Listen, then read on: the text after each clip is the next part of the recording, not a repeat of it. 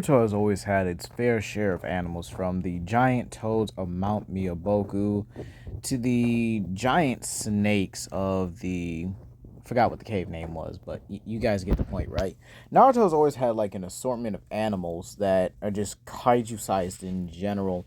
And these animals may hail from different dimensions, you know? I mean, you got the Biju, you got these dogs like or these animal like summonings that Pain has that seem to come with the Renegon. You just have all these sort of creatures. You have sage toads, even sage slugs, which is actually pretty interesting in my opinion. Kind of wish Sakura had her own instead of Katsuya. I wish she kind of had like a male snail, if you will. I think that would have been a lot. I think that would have fitted her a lot better. I really do think that would have. But what if Godzilla was in Naruto? Like, what would it be like to have kind of like a Godzilla made for Naruto, you know? Now, for starters, it would have to be a creature they just simply can't be, right? I think that would be fitting for the aspect of Godzilla, and he could have, this sort of like unrivaled chakra release, or this unrivaled state to where he pretty much belongs in that world. Like, you could say his species kind of resides in the ocean of the shinobi world. They reside in those oceans, and considering the monsters he fights on the daily, I think it would be best to say that he fights these sage creatures, or these invasive creatures that are from like different dimensions, you know. And considering the size of characters like Gamabunta, Manda, and Katsuya, even Gamakichi and Ayoda, the Godzilla would be huge, you know? He would be massive. I think it's even better if you put him well above the Biju. Probably like 10 tails size, in my opinion. I think that would have been a very reasonable size for him to be at. So Godzilla could very well be 200 to probably even the same size as his Monsterverse counterpart, you know?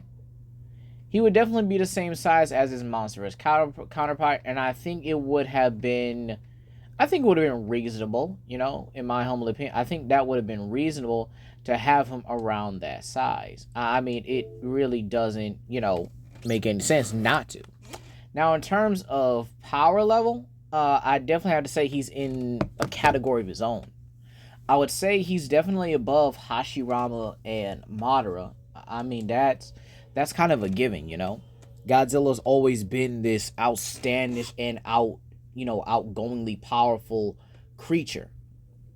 The dude takes down the Olympian gods like it was nothing. I don't think Hagoromo and Harumi are gonna be doing much to to our lovable King of the Monsters. It may even be something that he's built around of, you know. Instead of having Kaguya as an antagonist, Kaguya could be like, these deities, or the Otsutsuki. She could actually been the first Otsutsuki to actually submit to this kind of like Godzilla based religion or something. And then over the years, Indra and Ashura could have simply reincarnated themselves to continuously prevent Godzilla from awakening. His awakening could cause the destruction of the shinobi world and their way of living as they know it. So this means they're basically preventing Godzilla from, waking up anytime soon. With that being said, here it would be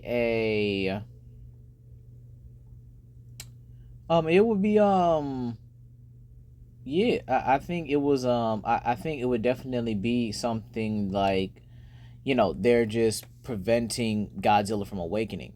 It could even be to a point where the Akatsuki are firm believers that destroying the world is the best way to reshape it in their order. You know, I do believe that Naruto's story would have changed a lot here as a whole, but in all, Godzilla may be the reason why the shinobi world is kept in order. Godzilla could actually benefit the shinobi world simply with his presence. Imagine all the entire world united to, well, prevent Godzilla from awakening. And then you have the Akatsuki, who are basically legit villains. It could even be to a point where Madara's goals are to actually try and take control of Godzilla in order to reform the shinobi world in his own image. Kind of like burning it all and starting over. Like how Killmonger said in the Wakanda Forever trailer. Now, could they have tech to stop him? I mean, yeah. I mean, the Raikage and the Cloud Village have pretty much made weapons to bust moons, for crying out loud here. But again, I don't think that's really gonna do much here. Even if Godzilla was born in the shinobi world and he was adapted to it, he would have been a pretty, again, like I said earlier, a category of his own. He would have been far above it. And we got to remember, the tech in the Godzillaverse is much more advanced and much more sophisticated than the tech in Naruto. Even the tech in Dragon Ball doesn't compare to the tech in Godzilla. Okay, they're making things that actually have the energy of black holes, for crying out loud. The Shinobi world does not compare. They are peas compared to that. Like making force fields that are powered by black holes, making weapons that can literally hit you on the atomic level. But legendary, they're not really all about that tech. They're about that technique, their techniques and stuff. Okay, I hear it. Let's talk about that, right? They have techniques that hit on the atomic level. For example, Naruto's Rasen Shuriken actually hits on a cellular level. Onoki's particle style hits on an atomic level. And then you have Hidan's blood ritual, which kind of hits you all around, right? Again, I would have to go back to the monsters. Okay? The monsters he fights. And just to name a few, Destroyer and Space Godzilla have molecular manipulation. Okay? Manda has magic. King Caesar has energy absorption. Mothra and Batra have energy manipulation. You have, the King Ghidorah. Jesus Christ, King Ghidorah has so much versatility that like I keep saying in all my videos with King Ghidorah, right? The dude is basically Martian Manhunter stacked with the Sentry stacked with Giratina. That's how much versatility that dude has. And he is absolutely broken. It's a wonder that Godzilla even beats the guy, even when he has help. Like, it really is. That's how much versatility King Ghidorah be having a large majority of the time. Don't even get me started on composite. Like, woof, woo, woo, woo. But just because of that, they don't really have that power. Even the Biju wouldn't stop them. It's very possible that Hagoromo and Harumi may have even, used the Biju as kind of like these keys. It may be possible that the Akatsuki are collecting the Biju because they're the only ones that have enough power to bust down Godzilla's gate. Godzilla would even be sentient in that verse as well, if you really want to think about it. He'd probably basically be like an evil-tailed beast that can actually talk, communicate, and plan things out, promising a new world and promising them to claim what's left after he destroys it. So again, Godzilla could very much well be a game changer for the shinobi world. Naruto and Sasuke would have their parents, and a lot of people would probably keep in line in order for nothing to happen. But then again, the Akatsuki would probably be a lot different.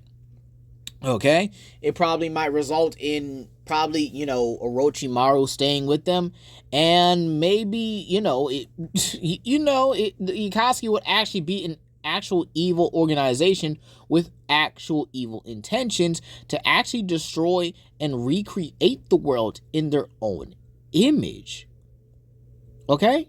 So this means that Naruto would actually have the Akatsuki as villains, no moral compass, no nothing. These guys would firmly believe in Godzilla pretty much tempting them with his psychic abilities or whatever to destroy the world and to make it a better place.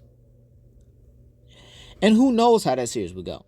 It would be pretty interesting to see the Biju not wanting to do this, not wanting to have their powers taken, and then they choose Jinchuriki.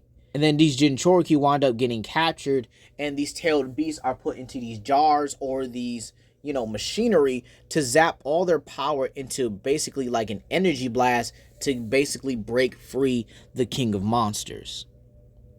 So anyway, if Godzilla was in the Narutoverse, it very much well would have probably been the end of it. But hey, this is Legendary Grimlock. Please comment, like, and subscribe, and share with your friends. And I'll see you guys later.